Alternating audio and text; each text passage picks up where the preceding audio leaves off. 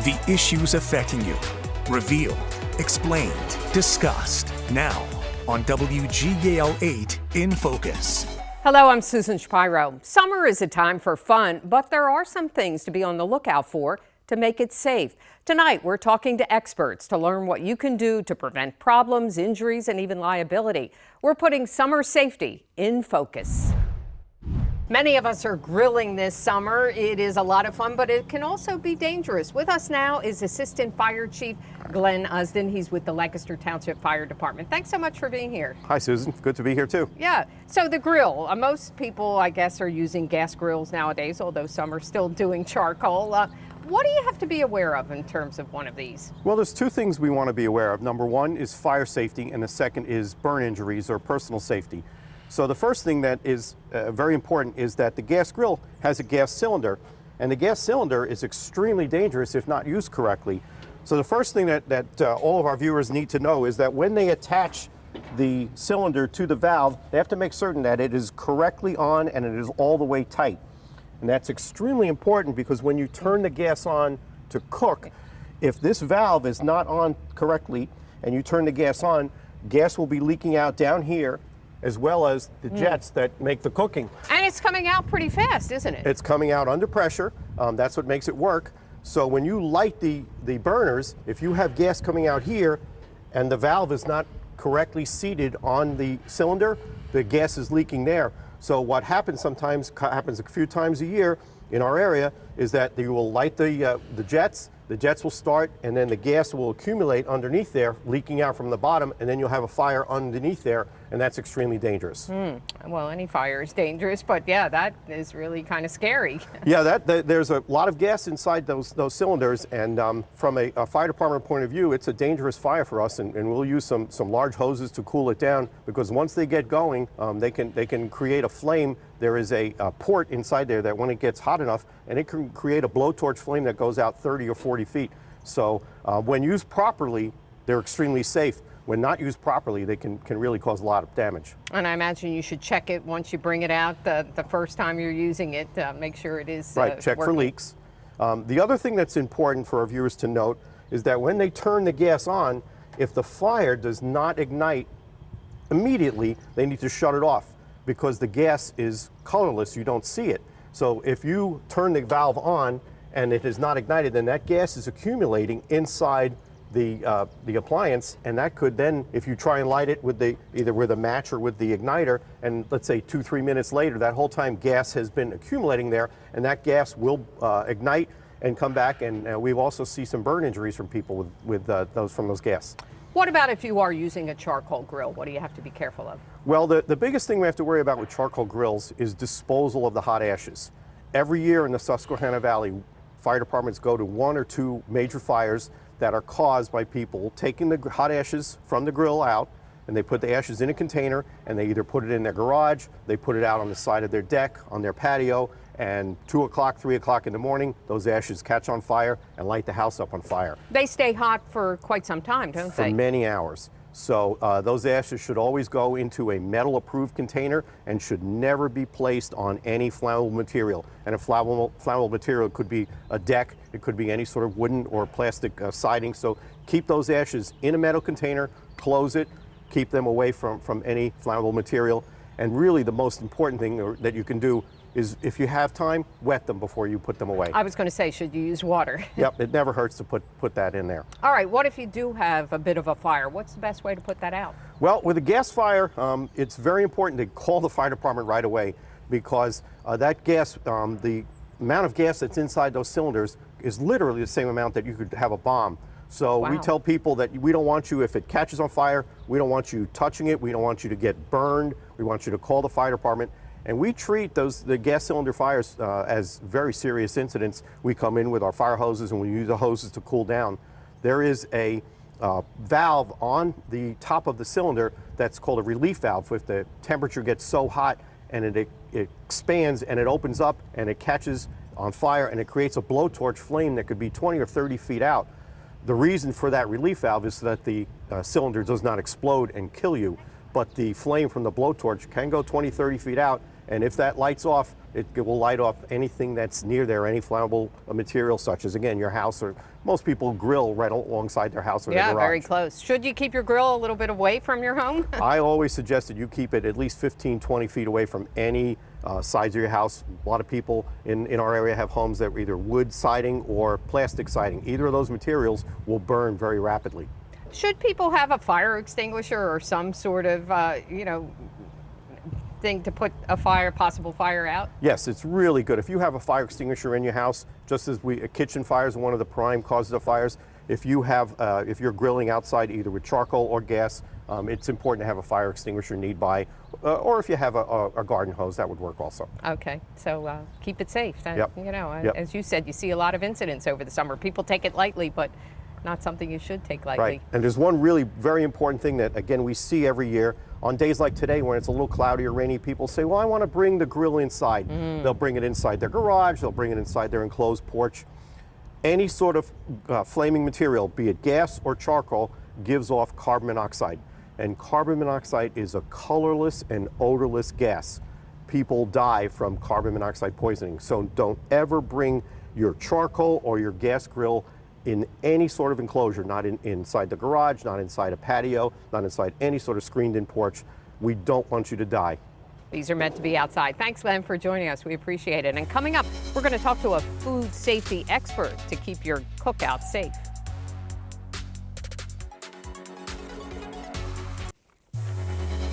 This is WGAL 8 in Focus. Coverage you can count on.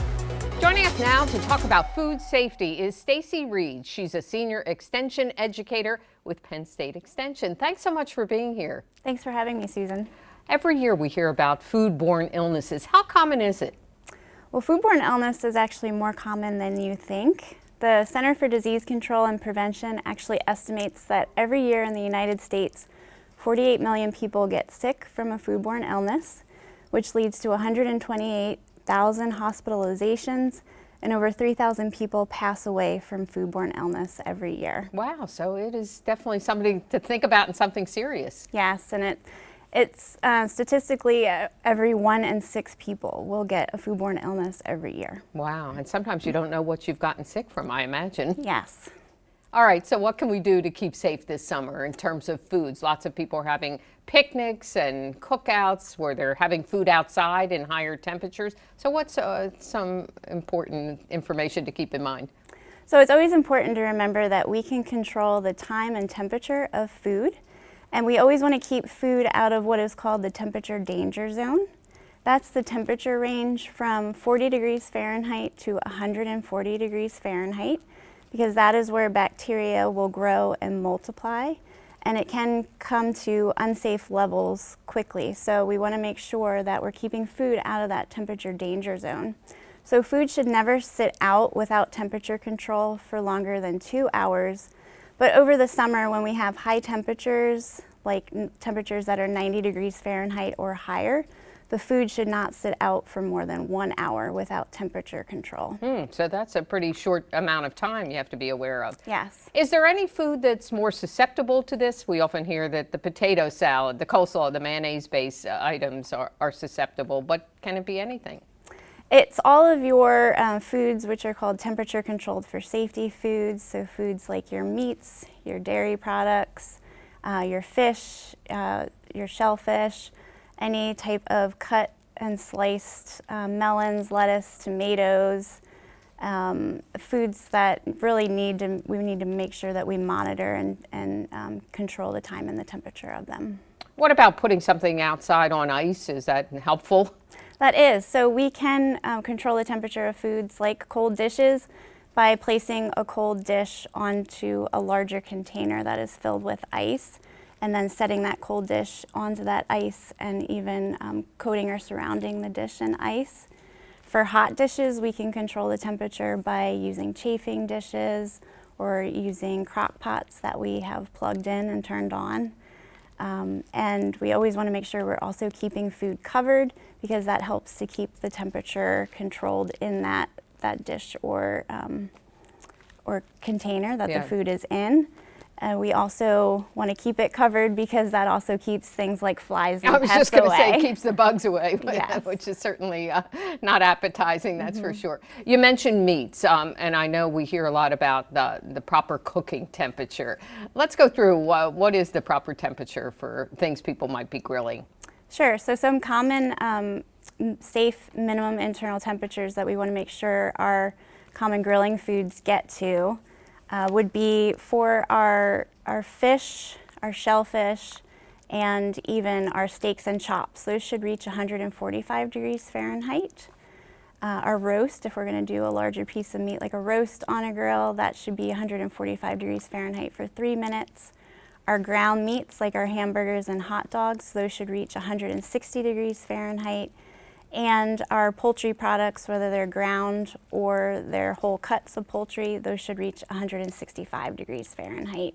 We can't just go off of the juices or the color of the meat to make People sure say, that I like it's it safe. sort of pink, right? Right. We always need to check the minimum internal temperature with a calibrated food thermometer like one of these two to make sure that that food has reached that minimum internal temperature and we've killed any harmful bacteria and it is safe to eat. That's the idea, killing the bacteria. Correct. Right. And where do you put those? You always say in the fattest part of the Yep. roast, or Exactly, the center or the thickest part of the meat.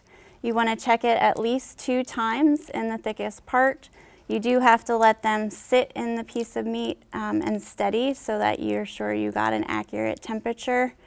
And you can calibrate them. I was going to say, how do you know use your them. thermometer's accurate? Yes, you can calibrate them. It's pretty easy. You can create an ice water bath where you put ice into a container, fill it with tap water, let it sit for a few minutes to equilibrate. Then you stick your thermometer into the ice water bath and check it to make sure that it's reading 32 degrees Fahrenheit. Freezing temperature, right? Right. Oh, that is great. And those are not very expensive. You can buy them anywhere. Right, you can buy them at even grocery stores in the cooking section or the restaurant supply store.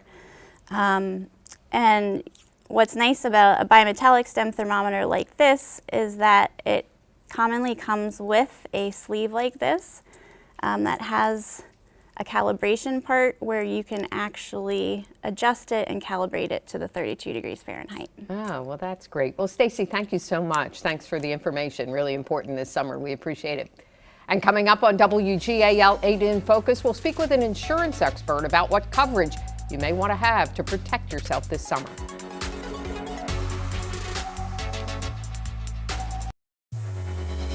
This is WGAL 8 in Focus, coverage you can count on. I'm joined now by Zach Miller, who's the marketing coordinator for Hinkle Insurance. Thanks so much for being here. Thanks for having me.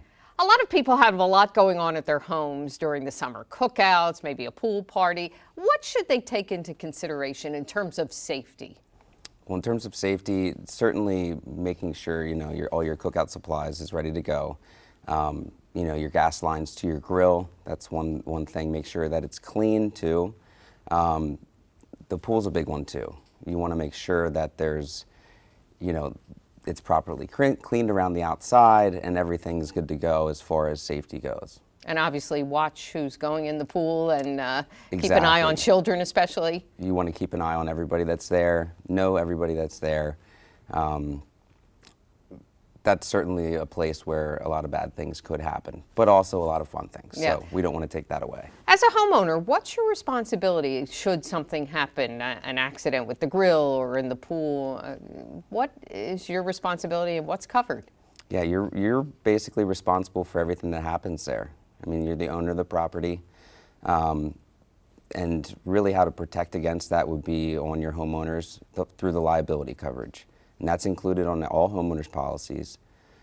Making sure that that is high enough, though, to deal with a situation like that is certainly important. I was going to say, how much liability insurance should you have? And people should probably check that, shouldn't they? Exactly. You definitely want to check that with your agent.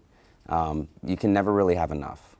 It's a very inexpensive coverage for what it can protect against, and definitely talk to your agent. There's also an umbrella policy that everybody with a pool should have, just because that liability, you don't know where a lawsuit's going to go and who's going to really, put one against you.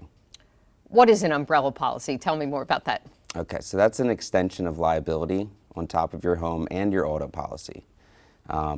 Really, if those limits get hit on one of those, then the umbrella is going to come in and protect you and your assets from any lawsuits. And you said it's not that expensive. What's the general cost of something like that? Well, it would depend on who it is. Just basically, if you have a lot of teen drivers, then your umbrella policy might be a lot higher. I'd say probably within the $100 to $300 range. But if it's with the same carrier, typically gives you discounts on your other policies, so it doesn't really add too much cost.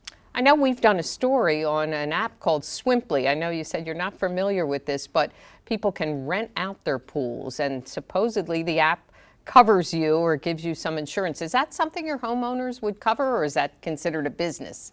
Yeah, it's going to be considered a business. Certainly something that's going to be excluded. Insurance companies are definitely going to look at that as something you're bringing in money from, and that's not part of a homeowner's policy. You definitely want to talk to your agent, especially with this app. I'm sure I'm going to hear a lot about this. I certainly am somebody who would like to rent a pool, and maybe I'll look into it myself and then report back to you. So don't be afraid to call your agent and ask questions if you have them. For sure. Yeah. Definitely consult them. There may be some extensions or endorsements you can put on that policy as it is, and it will take care of it. Really, it's getting approval from your agent. All right, what about leaving home, traveling? What are some things you should consider in terms of safety and how you're covered? Leaving home, I mean, always check certain things on your car, you know, tire pressure, make sure you're filled up with the right amount of gas for the distance that you're traveling. What about, when we go to rent a car, they ask you if you want their insurance or if you're covered. I always feel like my own auto policy covers me. Yeah, it does. So you're right in that fact, but there are things that it might not cover. As far as if you're in an accident in that rental car, that company could come back to you for diminished value or loss of use. So that would be, since the car's in an accident, it's going to have less of a value. They may come back to you, be compensated for that, or they might not be able to rent it out while it's being fixed. So it might not be a bad idea to take their insurance as well as your own? Yes, I can't say that that's not a bad idea. All right, very good. Zach, stay with us. We're going to talk more about what you should and shouldn't leave in your car during the summer.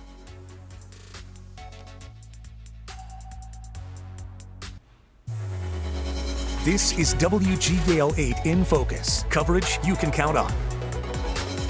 We continue our conversation with Zach Miller, who's the marketing coordinator for Hinkle Insurance, and we've been talking about safety around the home and safety in your car and travel. I was interested to read that there are some things you should think about not leaving in your vehicle on a very hot day. Yeah, you certainly don't want to leave medications or anything like that. Take them with you, take them into work, take them back into your house. Things like aerosols, hairsprays, stuff like that, they could explode inside your car when it gets to a certain temperature. You certainly don't want to leave, you know, any animals or anything like that. Certainly not children or anything like that when you're going into the store. I was actually just looking this up, and basically if it's 80 degrees outside, your car is going to be 120 degrees within 25 minutes. Yeah, it doesn't take long. No, right? It doesn't take long. Now, if you do have damage, I say, from something that exploded inside your car, is that something your auto insurance would cover? It would depend the extent of the damage and if you'd actually want to file a claim, but that's certainly something that could be covered. What about, you mentioned to me, if you're using your car, we talked about your pool, but now if you are using your car for, say, to do DoorDash or some Uber or something like that, how does that get covered in terms of your auto insurance? Well, things like that, you know, we have a lot of kids coming home from school and doing DoorDash, Uber, Lyft, and all that stuff. Your auto insurance is not structured to cover any kind of business use like that. So definitely consult your agent, see if they even have anywhere to put you so that to make sure that you are covered in those certain circumstances. Most carriers are starting to adapt, but not all of them, you know, allowing you to put a business rate on a personal auto, which would cover you for some of those things. So you'd have to check with your agent, make sure they cover whatever you're doing, the Uber, the Lyft. If you're doing DoorDash, some may cover that, some may not. So definitely check with your agent on those things. And what about as a passenger, if something happens, say the vehicle's in an accident or something else happens? Well, as a passenger, basically in Pennsylvania, you're going to come back to your own policy for medical coverage. So the medical coverage on your auto policy will be where you go first under your first party benefits. And then, you know, it could go back to their policy for the liability, and then it could come back to yours for uninsured and underinsured motorists. So something to keep in mind. Yes, certainly. if you're taking those ride-sharing cars For sure. at any time. Let's get back to the home. What about this time of year? We've seen a lot of pretty bad storm damage in certain areas. What have you seen, and what should you think about in terms of your homeowners for that?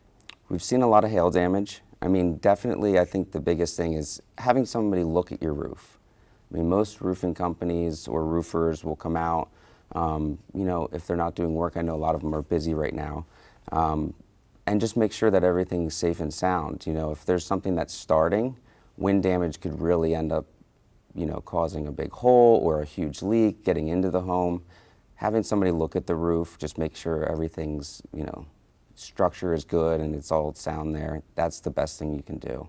But that so-called act of God, if a tree falls on your house, generally that is covered under homeowners? Generally, that's going to be yes, for sure. So one thing people do get mixed up too is if my neighbor's tree falls on my house, you're actually going to have to file under your own policy. Unless there was something where you've told them to cut it down for years and they never did, then there's something else there. But typically, if my neighbor's tree falls on my house, I'm calling my own insurance agent to file a claim. Well, thanks so much, Zach. We appreciate you being here. No problem. Thank you. Thank you for joining us for WGAL 8 in Focus. For all of us at WGAL, I'm Susan Shapiro, and join us again next Saturday night at 7 o'clock for WGAL 8 in Focus, right after NBC Nightly News. And you can watch each episode of In Focus, plus WGAL's latest newscasts, original programming, and more. Just download the Very Local app and stream for free on Roku and Amazon Fire TV.